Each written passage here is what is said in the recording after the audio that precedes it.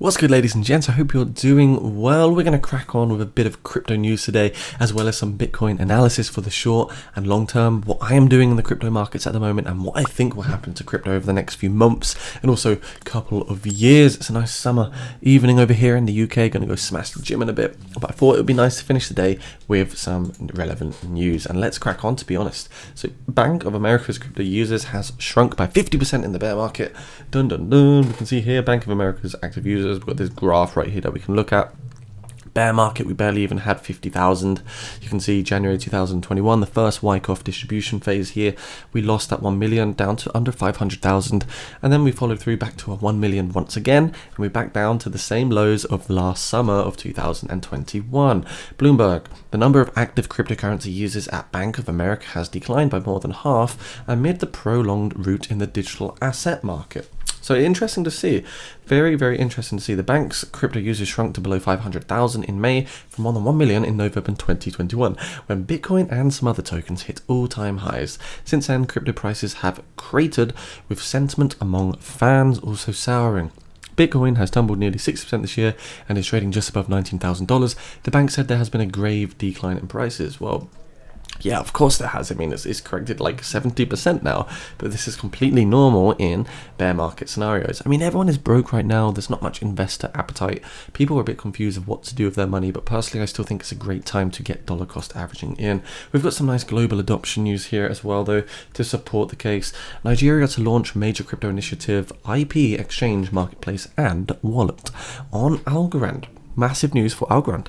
Props to those guys, in partnership with Developing Africa Group and CoBank. So really, really nice global adoption news. I love seeing developing countries have access to cryptocurrency at more ease, because they're included. You know, why should they not be included to one of the biggest opportunities of a lifetime, which is blockchain and cryptocurrency? So this is really, really nice to see. I would imagine Algorand is going to see some sort of price catalyst in the future for this particular news. We've also got some consumer retail news.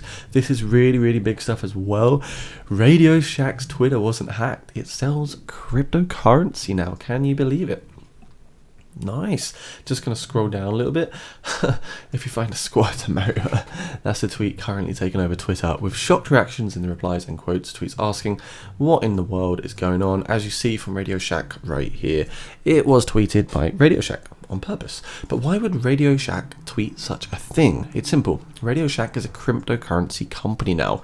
What is Radioshack crypto? Unbelievable, guys. You've even got their own little dashboard here. Radioshack is a 100-year-old brand embedded into the global consciousness, and we are going to lead the way for blockchain tech to reach mainstream adoption by other large brands, which may also follow in their footsteps. Think of all those huge retailers out there that may also integrate cryptocurrency to their customer journey and platforms. It's going to mean that the volume will surge, and the legacy banking and transaction systems may get invalidated one day. It may really be a legacy, because with banks, every single tap, every transaction, someone is making money behind the scenes, but with cryptocurrency, that would not be the case. So really, really nice to see this. As you see, David Pacman, did Radioshack's Twitter account get hacked? Really crazy stuff happening over there. So everyone's a bit confused about what's going on. In reality, it was actually a legitimate post. If you visit Radioshack's website right now, you'll see that it still does sell some electronic odds and ends. But front and center on the main page is the Radioshack cryptocurrency platform. So that is absolutely cool. Really, really nice to see this sort of global adoption news. What else we got? Coinbase looks to expand in Europe. Go on, Coinbase, my favorite exchange over here. So looking to expand in Europe despite the bear market. You can see cryptocurrency exchange Coinbase has renewed focus on its expansion in Europe and is in the process of registering in markets including Italy, Spain, France, and the Netherlands.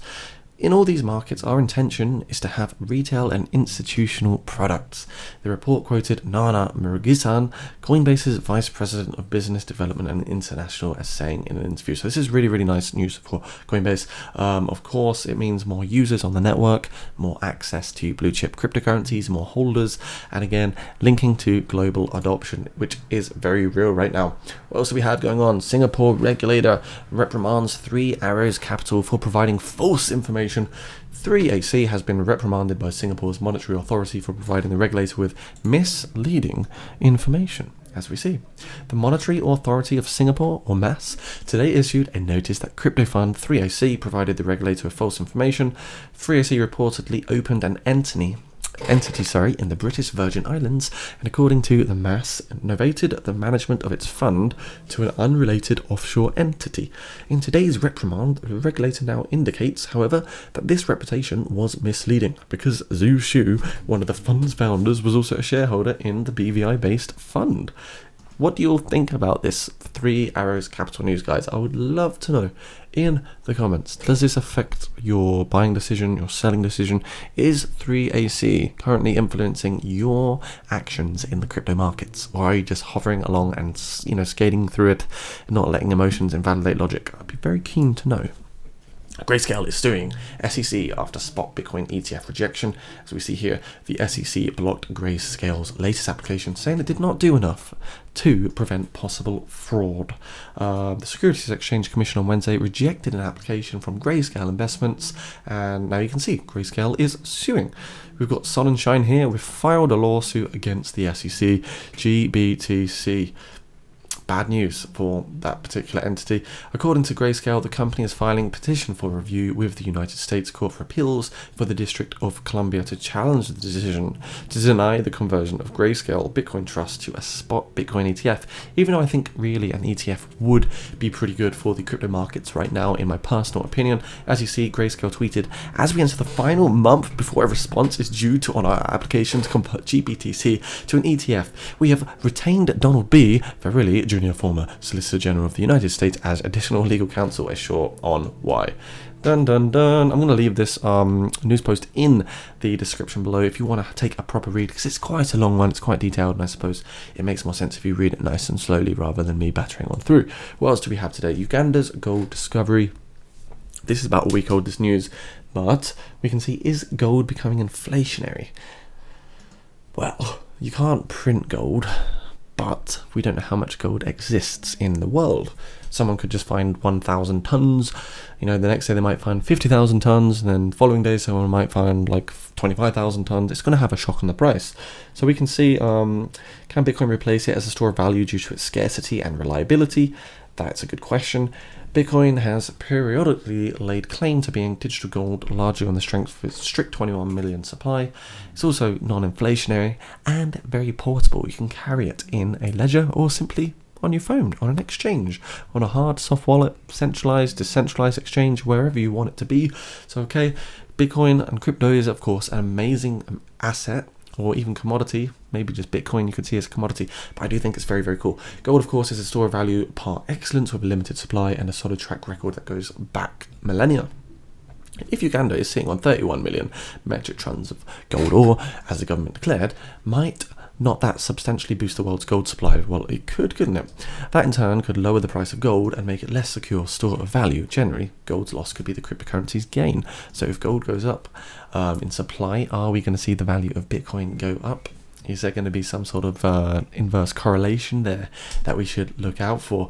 Every commodity in the world has looked good in a hyperinflationary environment, but the dirty secret is you can make more oil, you can make more silver, you can make more gold. Bitcoin's the only thing that looks like a commodity that is scarce and truly capped at 21 million coins. So I love this quote right here. In fact, I'm going to tweet that in a moment, because I just think it's a really, really nice line right there, which is extremely true, because everything is man-made and produced, and you can make as much of it as you want. If you really wanted to go find as much gold as possible, there are people out there in the world that could do this and mine more and more and more.